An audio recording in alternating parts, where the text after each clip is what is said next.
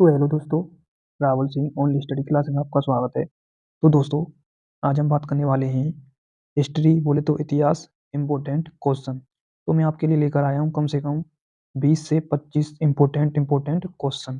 तो इस वीडियो को आपको लास्ट तक कवर करना होगा, तभी आपके बीजे में ये क्लास बैठ पाएगी। तो मैं सबसे पहले अपने क्वेश्चन को चालू कर रहा हूँ और सबसे पहले आपका क्वेश्चन लिखा हुआ है।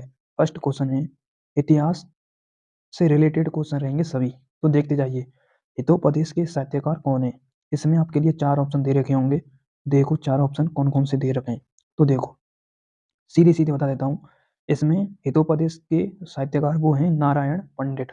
ठीक है, क्या नारायण पंडित। ओके। उसके बाद है आपका नेक्स्ट क्वेश्चन। नेक्स्ट क्वेश्चन में क्या लिखा हुआ है।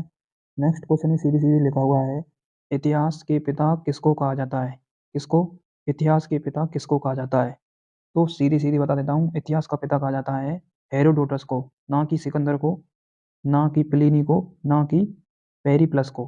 तो इतिहास का पिता कहा जाता है हेरोडोटस को। ठीक है, इन्होंने 5वीं सदी में इतिहास की रचना की थी। ओके। उसके बाद है सेकंड क्वेश्चन। सेकंड क्वेश्चन में लिखा हुआ है, हेरोडोटस ने इतिहास की रचना कब की थी। तो मैंने आपके लिए पहले ही एक्सप्लेनेशन कर दिया है ये, कि 5वीं सदी में किसकी इतिहास की इन्होंने रचना की थी। 5वीं सदी में इतिहास की रचना की थी। तो correct answer option A. Okay. उसके बाद है आपका नेक्स्ट क्वेश्चन। चौथा क्वेश्चन क्या है, देखते जाइए। चौथा क्वेश्चन है, प्लिनी की पुस्तक का नाम क्या है। तो देखो, प्लिनी की पुस्तक का नाम है नेचुरल हिस्ट्री। अब देखो, ये आपके लिए बहुत ही इंपॉर्टेंट क्वेश्चन है। सबसे पहले इस नेचुरल हिस्ट्री में देखो, पेड़ पेड़ पौधों और अनेक खनिज पदार्थों की जानकारी मिलती है इस नेचुरल हिस्ट्री में। ओके। प्लिनी की पुस्तक क्या है, नेचुरल हिस्ट्री। ओके। अब मैं बात करता हूँ, उसके बाद है आपकी पहली ज्योग्राफी। ये किसकी है, ये है टॉलमी की। किसकी, टॉलमी भाई साहब की, टॉलमी की। ओके। और नेचुरल हिस्ट्री किसकी है, प्लिनी की, जिसमें पेड़ पौधे, खनिज, पशुएं, अनेक पदार्थों की जानकारी मिलती है। ठीक है, ओनली इंडिया के अंदर। उसके बाद है आपका नेक्स्ट क्वेश्चन। नेक्स्ट क्वेश्चन में सीधे सीधे लिखा हुआ है, नेक्स्ट क्वेश्चन है आपका चीनी यात्रियों का विवरण से संबंधित क्वेश्चन। चीनी यात्रियों के विवरण से संबंधित क्वेश्चन। ओके। तो सबसे पहले आपका फर्स्ट क्वेश्चन है, फर्स्ट क्वेश्चन में सीधे सीधे लिखा हुआ है, फाहियान भारत कब आया था। तो देखो, फाहियान भारत कब आया था, ये आया था 5वीं सदी ईसी पूर्व में। कब आया था, 5वीं सदी के प्रारंभ में ही आया था। और ये किसके समय आया था और कहाँ पर आया था, तो मैं आपके लिए खुल करके बताऊंगा इस क्वेश्चन की डिटेल। देखते जाइए। देखो, अब मैं बताऊंगा इसकी कुंडली क्या है। देखो, ये फाहियान भाई साहब भारत आए थे 5वीं सदी ईसी पूर्व में। 5वीं सदी के प्रारंभ में ही आए थे ये भारत। ओके। और किसके समय आए थे, ये आए थे चंद्रगुप्त सेकंड। चंद्रगुप्त सेकंड के समय ही भारत आए थे। ठीक है। इनके शासनकाल में, इनके शासनकाल में, किसके, फाहियान के शासनकाल में ही, मतलब फाहियान के शासनकाल में नहीं, बल्कि चंद्रगुप्त सेकंड के शासनकाल में इन्होंने भारतीय समाज की आर्थिक स्थिति पर प्रकाश डाला था। ओके। दोबारा से एक्सप्लेनेशन करता हूँ मैं आपके लिए। 5वीं सदी ईसी पूर्व में फाहियान भारत आया था। कौन आया था, फाहियान। ओके, आपको ये क्वेश्चन क्लियर हो चुका होगा कि फाहियान कब आया था भारत, 5वीं सदी के ईसी पूर्व में भारत आया था। ओके। किसके समय, चंद्रगुप्त सेकंड के समय। ओके। अब मैं चलता हूँ और डिटेल के बारे में। तो देखो, ये हैं आपके चीनी यात्री, चीनी यात्री के विवरण में स्थित हैं ये। कौन, एक है आपका फाहियान। कौन है, फाहियान। उसके बाद है आपका हेनसांग। देखो, फर्स्ट है आपका फाहियान, उसके बाद है आपका हेनसांग। ओके। उसके बाद है आपका इत्सियांग। कौन है, इत्सियांग। ठीक है, यानी फाहियान PH, उसके बाद हेनसांग H, उसके बाद इत्सियांग I। अब देखो, इन तीनों की डिटेल क्या है।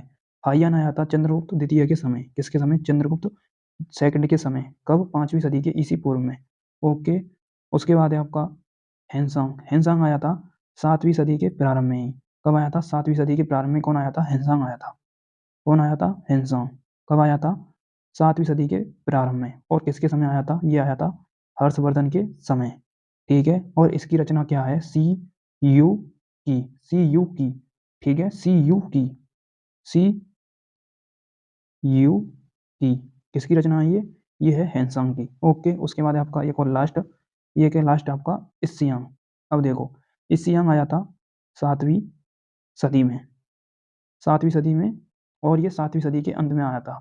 ठीक है, इसने अपने विवरण में नालंदा विश्वविद्यालय, विक्रमशिला और विश्वविद्यालय तथा अपने समय के भारत का वर्णन किया था।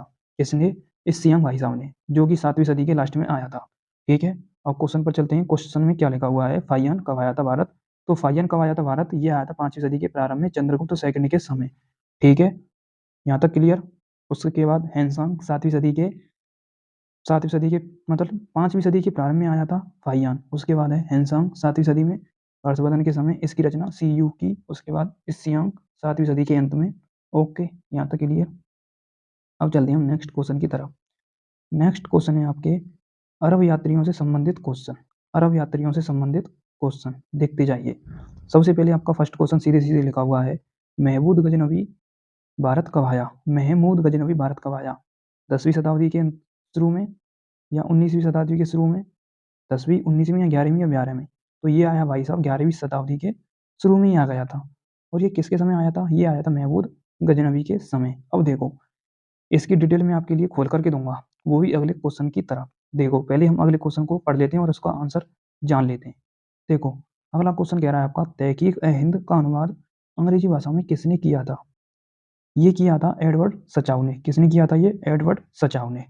ठीक है, अब देखो मैं इसकी कुंडली कैसे खोलता हूँ इस क्वेश्चन की।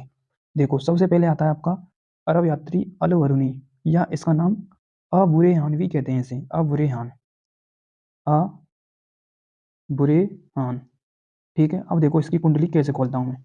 देखो, जो हमारा 11वीं सदी में आया था महमूद गजनवी के साथ भारत आया था, कौन आया था? अल बरूनी आया था। और इसके द्वारा लिखी गई अरबी भाषा में दो किताबें, मतलब दो कृति हैं। सबसे पहले आपकी कृति क्या है? कृति का नाम सुन लीजिए, उसका नाम सुन लीजिए। पहली है आपकी किताब उल हिंद। ठीक है, उल हिंद। उसके बाद है आपकी तहकीक ए हिंद, तहकीक ए हिंद। ठीक है, यहाँ तक क्लियर। तहकीक ए हिंद और किताब उल हिंद। उसके बाद एक और आता है आपका कि सर्वप्रथम एडवर्ड सचाव ने तहकीक ए हिंद का अनुवाद अंग्रेजी भाषा में किया था। जो आपका क्वेश्चन में सीधे सीधे दे रखा है कि तहकीक ए हिंद का अनुवाद अंग्रेजी भाषा में किसने किया था? ये किया था एडवर्ड सचाव ने। ठीक है, और ये किसकी पुस्तक थी? तहकीक ए हिंद और किताब किताब उल हिंद, ये थी अल बरूनी की। ठीक है, अल बरूनी की। ओके, उसके बाद है आपका नेक्स्ट क्वेश्चन। नेक्स्ट क्वेश्चन क्या कहता है? नेक्स्ट क्वेश्चन कहता है आपका, इन बतूता कहाँ का रहने वाला था? तो इन बतूता रहने वाला था मोरक्को का। किसका? मोरक्को का। मोरक्को का रहने वाला था इन बतूता। ओके, यहाँ तक क्लियर। ओके, और इसके द्वारा लिखा गया एक यात्रा वृतांत है रेहाल। रेहाल, रेहाल। ओके, यह है यात्रा वृतांत, इसके द्वारा लिखा गया। ठीक है, यहाँ तक क्लियर। तो इसका करेक्ट आंसर आ जाएगा मोरक्को। क्या आ जाएगा? मोरक्को। ओके, मोरक्को इसका करेक्ट आंसर आ जाएगा, मोरक्को। ठीक है, सी ऑप्शन करेक्ट आंसर। उसके बाद नेक्स्ट क्वेश्चन दे रखा है। नेक्स्ट क्वेश्चन में सीधे सीधे दे रखा है, रेहाल यात्रा वृतांत किस भाषा में लिखा है? तो ये लिखा हुआ है अरबी भाषा में। किसमें? अरबी भाषा में लिखा है ये। ओके, यहाँ तक क्लियर। ये अरबी भाषा में लिखा हुआ है रेहाल वृतांत। किसका है? इन बतूता का। और कहाँ का रहने वाला था? मोरक्को का। ठीक है, उसके बाद है आपका नेक्स्ट क्वेश्चन। नेक्स्ट क्वेश्चन में सीधे सीधे दे रखा है, सुल्तान सुल्तान बिन तुगलक ने दिल्ली के पद पर किसको नियुक्त किया था? तो बात हो रही है दिल्ली की। किसकी? दिल्ली की। तो इन बतूता को दिल्ली के पद पर नियुक्त किया सुल्तान मोहम्मद बिन तुगलक ने। तो इसका करेक्ट आंसर आ जाएगा ऑप्शन बी, इन बतूता। ठीक है, इसकी मतलब लिखा गया यात्रा वृत्तांत अरबी भाषा में, रियाल नाम है। ठीक है, और वहाँ का रहने वाला था, मोरक्को का रहने वाला था। अब है आपका इंपोर्टेंट फैक्ट, देखते जाइए। अब है पुरातात्विक स्रोत से संबंधित क्वेश्चन, देखते जाइए। पुरातात्विक स्रोत से संबंधित क्वेश्चन। देखो, सबसे पहले आपका फर्स्ट क्वेश्चन सीधे सीधे दे रखा है, भारत में सबसे प्राचीन अभिलेख किसके हैं? चंद्रगुप्त फर्स्ट, चंद्रगुप्त सेकंड, या अशोक, या सुल्तान? तो अशोक के हैं सबसे पुराने अभिलेख, क्योंकि सबसे प्राचीन अभिलेख मध्य एशिया के बोगाज कोई से प्राप्त अभिलेख हैं। किसके? अशोक के। बोगाज कोई, मध्य एशिया, बोगाज कोई मध्य एशिया, नाम याद रख लेना, बहुत ही इंपॉर्टेंट है। बोगाज कोई, बोगज कोई है, बोगज कोई कहाँ का है? मध्य एशिया, मध्य एशिया, ठीक है, मध्य एशिया। ओके, यहाँ तक क्लियर? मध्य एशिया। और किसके अभिलेख हैं इसमें? अशोक के अभिलेख हैं। सबसे प्राचीन अभिलेख, भारत में सबसे प्राचीन अभिलेख अशोक के। उसके बाद आपका नेक्स्ट क्वेश्चन में सीधे सीधे पूछ रहा है आपसे, अभिलेखों के अध्ययन को क्या कहा जाता है? अभिलेखों के अध्ययन को क्या कहा जाता है? अभिलेखों के अध्ययन को क्या कहा जाता है? तो अभिलेखों के अध्ययन को कहा जाता है न्यूमिज्मेटिक्स। एक मिनट, अभिलेखों के अध्ययन को क्या कहा जाता है? ये कहा जाता है, देखो, न्यूमिज्मेटिक्स तो कहा जाता है सिक्कों के अध्ययन को। किसके अध्ययन को? सिक्कों के अध्ययन को कहा जाता है न्यूमिज्मेटिक्स। और अभिलेखों के अध्ययन को कहा जाता है एपिग्राफी। एपिग्राफी। फिलहाल इसका करेक्ट आंसर होगा ऑप्शन बी। और ये न्यूमिज्मेटिक्स सिक्कों के अध्ययन को कहा जाता है, ठीक है, सिक्कों के अध्ययन को। ओके, उसके बाद है आपका नेक्स्ट क्वेश्चन है, प्राचीन सिक्कों को क्या कहा जाता है? देखो, प्राचीन सिक्के को क्या कहा जाता है? इन सिक्कों को कहा जाता है आहत सिक्के। आहत सिक्के, आहत सिक्के क्या कहा जाता है? आहत सिक्के। ओके, प्राचीन सिक्कों को क्या कहा जाता है? आहत सिक्के। इसलिए इसका करेक्ट आंसर होगा ऑप्शन बी। ओके, उसके बाद है आपका नेक्स्ट क्वेश्चन दे रखा है आपका फैक्ट क्वेश्चन। बहुत ही इंपॉर्टेंट और लाजवाब क्वेश्चन है, यहाँ से आगे देखते जाइए, माइंड में फिट कर लेना इनको, क्योंकि एक क्वेश्चन 101% श्योर फंसेगा ही फंसेगा, 100% फंसेगा ही फंसेगा। यहाँ से एक क्वेश्चन देखते जाइए। ये दे रखे हैं आपके अभिलेख। अभिलेखों के अध्ययन को क्या कहा जाता है? एपिग्राफी। और सिक्कों के अध्ययन को क्या कहा जाता है? न्यूमिज्मेटिक्स। ठीक है, यहाँ तक क्लियर? अब देखो, और ये इनके शासक है प्रमुख, देखते जाइए।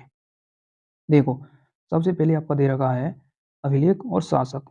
हाथी गुफा अभिलेख के शासक कौन है? तो खारवेल। खारवेल इसके शासक हैं।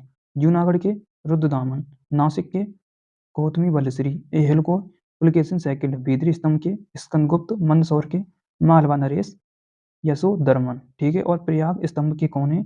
वो मुझे कमेंट करके बताना है कि इसका करेक्ट आंसर क्या होगा। और मैं आपके लिए इसका मतलब थोड़ा बता देता हूँ, मतलब थोड़ा हिंट दे देता हूँ। सा से शुरू हो रहा है, सा से, सा से शुरू हो रहा है, सा मतलब एक गाना है, इससे भी रिलेटेड सा से शुरू होता है। तो हिंट मिलेगी आपको, और मुझे बताना है कि इसका करेक्ट आंसर क्या होगा। ओके, तो मैं मिलता हूँ नेक्स्ट क्लास के साथ, और आपका ये लेक्चर भी फिनिश हो गया है। बहुत ही इंपॉर्टेंट और लाजवाब मैंने आपके लिए कॉन्सेप्ट दे दिए हैं। तो मैं मिलूंगा अगली क्लास के साथ, तब तक के लिए thank you so much, love you all, जय हिंद। Okay, thank you.